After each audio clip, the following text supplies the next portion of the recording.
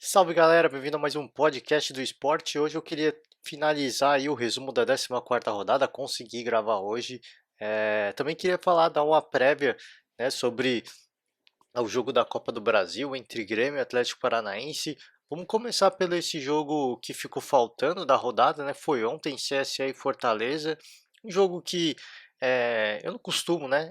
Talvez algumas pessoas até me perguntem, eu não costumo comentar os jogos dos times que estão no meio da tabela, baixo da tabela, né? Mas eu queria comentar hoje porque foi o primeiro jogo do Fortaleza sem o comando do Rogério Ceni, né? O Rogério Ceni que eu comentei ontem foi para o Cruzeiro, grande desafio para o Rogério Ceni. É, Acho que estrutura de trabalhos, eu acho que totalmente diferente. A única coisa que vai pesar muito para o Rogério Ceni lá é o momento do Cruzeiro, que não é muito bom, não é legal, a pressão da torcida é muito grande, então ele vai ter que saber lidar com isso muito bem, né? Ele foi para assumir uma bucha, literalmente.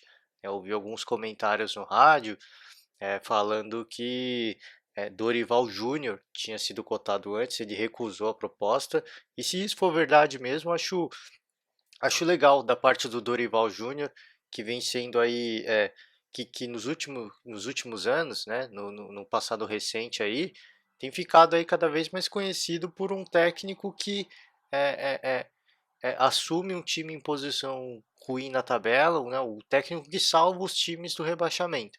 E eu até cheguei a comentar aqui, na época do Dorival no São Paulo, se eu não me engano, eu cheguei a comentar aqui um pouco sobre isso, né? Que é ruim do profissional aceitar, né? Assumir esse tipo de situação, porque ele ganha fama, uma certa fama, e acaba não sendo reconhecido por outras qualidades, né? Que foi o que aconteceu justamente com o Dorival Júnior, né? Ele assumiu o São Paulo numa situação difícil, a gente pode dizer que salvou o time do risco de rebaixamento, depois foi mandado embora, né? Na sequência do trabalho também, ele foi para o Flamengo, também não teve sequência. Então é, é, eu acho que foi se for verdade mesmo, eu estou falando aqui é o campo da hipótese, eu não sei a real situação, mas se for verdade, eu acho que o Dorival tomou a atitude correta. Claro que era a chance de assumir um bom time, o Cruzeiro, um grande time, mas ele precisa ser reconhecido por outras qualidades. Ele é um bom técnico, né? O ciclo dele no Flamengo terminou com um aproveitamento altíssimo e mesmo assim ele foi mandado embora. Então eu acho que é positivo isso para o Dorival. Ele precisa assumir um time numa posição mais favorável para que ele não seja só reconhecido por ser o técnico que salve as equipes do rebaixamento. Não, ele tem que ser reconhecido como um bom técnico, que ele é um bom técnico e ele sabe disso. Então é bacana, se for verdade, realmente bacana essa atitude do Dorival Júnior, e para o Rogério Ceni um grande desafio porque sai de uma estrutura de um Fortaleza, todo respeito ao Fortaleza, né? E eu já vi algumas reportagens do Rogério Ceni lá no Fortaleza. Ele mudou muito a forma de trabalho do Fortaleza, mudou local de treinamento, ele criou um ambiente muito favorável lá, mas mesmo assim a estrutura, né, que o Fortaleza oferece é muito diferente da que o Cruzeiro pode oferecer, né? Com todos os problemas nas justiças que o Cruzeiro tem hoje, a estrutura não se compara, né? Então, é, um momento, acho que muito bacana, muito positivo. Eu acho que ele almeja isso para a carreira dele, com certeza, né? Futuramente, né, poder até treinar o São Paulo de novo, só que aí já como um técnico mais reconhecido, e é isso que eu espero. Eu espero que o Rogério Ceni, se voltar para o São Paulo, volte numa condição de um técnico, aí sim, muito reconhecido, com um título de peso no bolso, porque aí ele tem moral para trabalhar, porque, né, ele foi sacaneado na primeira passagem lá, mas enfim, é vida que segue, e o Fortaleza é, aparentemente não sentiu o baque. Claro que pegou um CSA, um time extremamente limitado, né? Esse CSA realmente, eu, pelo menos, né, no começo do campeonato, eu achei que esse CSA, mesmo com todas as limitações, jogando em casa ia ser um time difícil, ia ser um time que ia dificultar muito. Claro que eu já imaginava, né, eu já projetava na minha cabeça que seria um time que brigaria este ano para não cair. Mas eu sempre, quando começa um campeonato, eu sempre costumo respeitar o time, né, a história do time, respeitar os torcedores, porque começa o campeonato, você vê muita gente já falando, não, esse é um time que vai brigar para não cair. E eu acho que não é esse o caminho, né? Eu acho que a gente tem que acreditar, o futebol precisa de renovação, e esses clubes que sobem da Série B normalmente trazem alguma coisa diferente, e é o que a gente viu, por exemplo, do Internacional, né? Claro, o Internacional é um grande clube, é um gigante. Claro que o Internacional é um gigante, mas o Internacional subiu de uma Série B e no ano seguinte já estava disputando o título do Campeonato Brasileiro. Então, assim, é por isso que eu tô falando, né? Às vezes eles trazem uma coisa diferente, uma filosofia diferente, vem com é, uma fome a mais, né, de título, né? Então, eu acho que, claro, falar CSA em título é uma coisa muito até absurda, mas eu imaginava que seria um time que viria para brigar de corpo e alma para ficar na Série A e que jogando em casa seria um time muito difícil de ser batido, né? Pelo ambiente, um lugar muito quente, então vários times que foram jogar lá realmente reclamaram disso. Cara, o lugar é muito quente, cansa muito rápido. Então eu achei que isso seria um trunfo para o CSA. Infelizmente, isso não vem se comprovando. É um time que tem muitas limitações e o Fortaleza abusou disso, se aproveitou disso. Foi inteligente. O primeiro gol do Fortaleza saiu aí com 4 minutos de jogo, né? Para você ver a situação do time. Então eu acho que foi superior. O jogo, lógico, é, é, teve todas as limitações, não foi um jogo quente, né? Porque os dois times, obviamente, têm problemas técnicos em várias posições, né? Mas o Fortaleza soube aproveitar os erros do CSA. Primeiro gol, um erro defensivo, 4 minutos de jogo, não tem nem o que falar, isso é erro defensivo. E depois, mais no final do primeiro tempo, mais um erro, né? Só que aí foi um erro crasso, né? Foi um erro bizonho da defesa do Fortaleza. E aí o atacante, o Edinho, só teve trabalho de pegar a bola que sobrou para ele e mandar para o gol, cara. Foi um erro realmente bizonho da defesa do CSA. E aí, com esses 2-0 do primeiro tempo, o, o Fortaleza só gerenciou, só controlou a partida. O CSA teve uma grande chance no segundo tempo, uma bola que o goleiro espalmou, bateu na trave, mas foi só isso, cara. Mostra que o Fortaleza, não digo que não sentiu, tá? Mas é um time que pelo menos não teve aquela queda abrupta de rendimento, né? A gente vê que a estrutura criada a princípio, né, tá? A gente vê que a estrutura deixada pelo Rogério Ceni é uma estrutura que é, possibilita a continuidade de um trabalho. Claro que pegou um CSA é difícil avaliar, tá? Todo respeito ao CSA, mas é muito difícil se avaliar isso. Mas eu acho que o que deixa de esperança, pelo menos para esse time do Fortaleza, é que realmente o Rogério Ceni fez um bom trabalho, um excelente trabalho, deixou já uma estrutura muito, muito legal, muito bacana para a continuidade de quem quer que seja, né, para que esse time continue rendendo da forma como vem rendendo. É um time excepcional, mas não é um time horroroso. É um time que é, para mim, eu vejo condições de brigar sim, para ficar no meio da tabela, e foi isso que aconteceu. Essa vitória colocou o Fortaleza em 12º, zona aí na última posição aí de classificação para a Sul-Americana. Então acho que é um time que tem condição sim, né? E eu fico na torcida pelo menos de que tenha ficado uma boa estrutura para que esse time consiga brigando aí até por essa zona de classificação para a Sul-Americana, que seria legal, né? Que eu falei, eu acho legal isso, quando o time sobe da Série B, e ele sobe forte, ele sobe com condições de ficar na Série A e de brigar por posição intermediária, até, quem sabe, G4, como aconteceu com o Internacional. Claro, mais uma vez, Internacional, a estrutura é diferente, o time tem muito mais tradição, mas é um time super campeão, tem Libertadores, tem Mundial, enfim. Mas é legal quando esses times sobem e sobem com fome de bola, sobe com vontade, mesmo com todas as limitações, sobe com condições reais de brigar aí por não para não cair, né, mas para brigar aí por zona até de sul-americana. Então, isso é bacana, eu acho que isso fica de saldo positivo. Agora falar rapidinho, dessa prévia aí desse jogo de Copa do Brasil, é muita expectativa, tá? Na semana passada que eu errei, eu falei que o jogo ia ser na semana passada, na quarta-feira passada, o jogo é nessa quarta-feira, na verdade, né?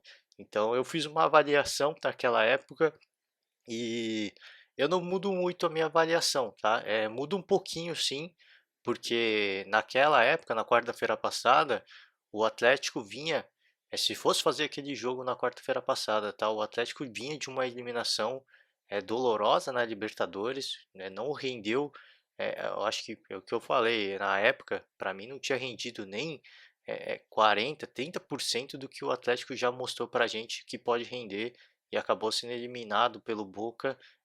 Não sei, deve ter sentido a pressão de jogar ali, enfim, é, torneio internacional é sempre um combustível a mais aí para você sentir a pressão, para os jogadores sentirem a pressão.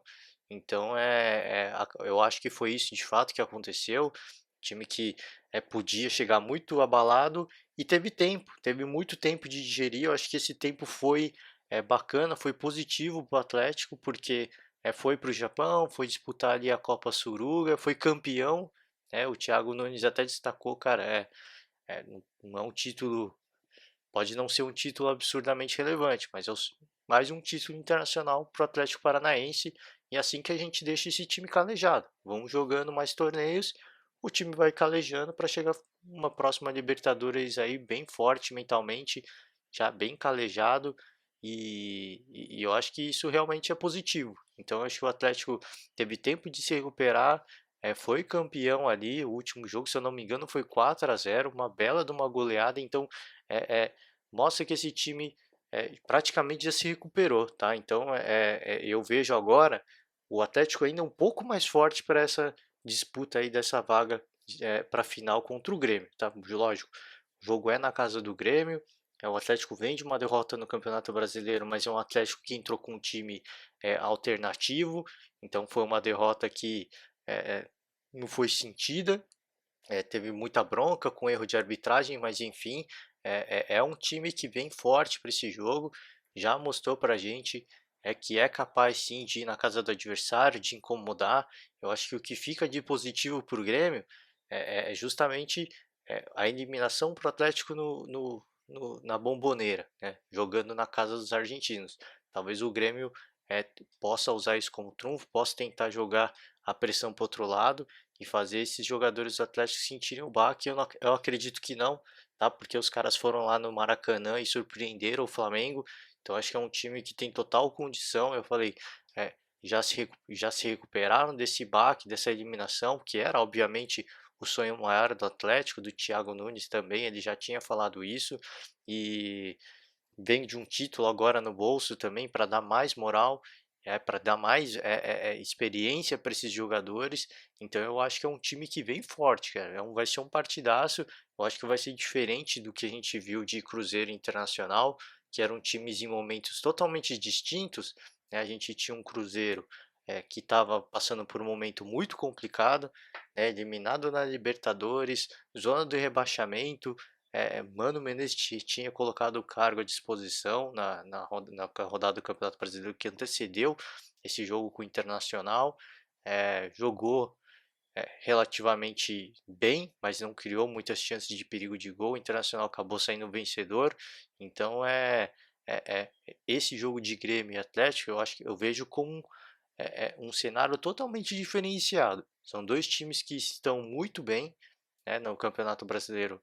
São dois times que não estão voando no Campeonato Brasileiro justamente por focarem em outros campeonatos, né? O Atlético é um pouquinho melhor que o Grêmio na tabela, né? O Grêmio não está nem na zona de classificação da Sul-Americana, mas em diferença de pontuação são só de 2 pontos, né? Então são dois times que eu acho que eu vejo numa situação muito equivalente, né? Claro que o Grêmio tecnicamente eu vejo como um pouco melhor em termos de qualidade individual de jogadores, e é um time que eu acho que o que o Atlético pode usar como seu fator, aí como um fator positivo que possa ajudar o Atlético nessa partida, é justamente o fato do Grêmio também ter que disputar mais um torneio a mais, né? A Libertadores. O Grêmio segue forte na Libertadores, já disputa o Campeonato Brasileiro, não pode deixar o Campeonato Brasileiro escapar como o Cruzeiro fez. O Cruzeiro foi fazendo aí ao longo do começo desse ano. O Grêmio tem que ter essa preocupação, né? E a Copa do Brasil também. Então, o Grêmio olha para uma competição a mais que o Atlético, então acho que o Atlético pode usar isso a seu favor.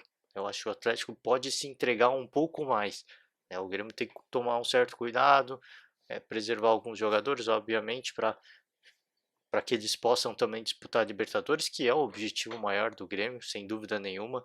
Então acho que tem prós e contras dos dois times. O Grêmio joga em casa, é um time muito forte, né? Tecnicamente, né, tem jogador de seleção aí, o Everton, né? Então vem num bom momento, né, nos torneios de mata-mata.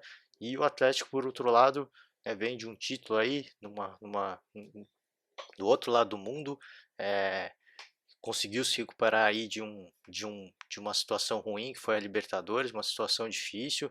A grande questão que fica em relação a esse Atlético é o cansaço, né? Porque foi fazer o jogo do outro lado do mundo, e aí a viagem de lá para cá é uma viagem muito longa. Normalmente é uma viagem que dura mais de 24 horas. Então é um período muito desgastante, né? A gente não sabe a real situação física dos atletas. Eu imagino que vão estar muito bem fisicamente, apesar da longa viagem, porque os jogadores foram poupados aí, os principais pelo menos foram poupados para essa partida, para fazer essa partida contra o Grêmio. Então acho que acredito que essa viagem não impacta. Lógico, esse é um motivo de preocupação, esse é um motivo que o Grêmio pode usar a seu favor, mas é uma partida que, diferentemente do que foi a outra semifinal, essa semifinal eu acho muito mais parelha, né? Mais uma vez, o Grêmio para mim tecnicamente é um pouco melhor, né? Mas esse time do Atlético é um time que tem total condições de bater de frente, né? E já fez isso, surpreendeu o Flamengo. Então o Grêmio tem que tomar muito cuidado porque é um adversário muito qualificado, é um adversário muito perigoso. É um adversário que mentalmente volta a ser forte, né? Já mostrou ser muito forte na Copa do Brasil, pelo menos, e volta a ser muito forte. Eu acho que teve tempo suficiente para se recuperar e para voltar muito bem para essa partida. Então, obviamente, a gente fica na torcida por um grande jogo e vamos acompanhar. E na quinta-feira a gente está de volta para comentar o que foi esse Grêmio e Atlético Paranaense, beleza, galera? Vou encerrando por aqui hoje. Fica o meu convite mais uma vez, né? Quiser que eu fale de qualquer outro assunto, deixe seu comentário aí embaixo. A gente volta, a gente debate um pouquinho mais, beleza? Valeu, galera. Um forte abraço e até a próxima.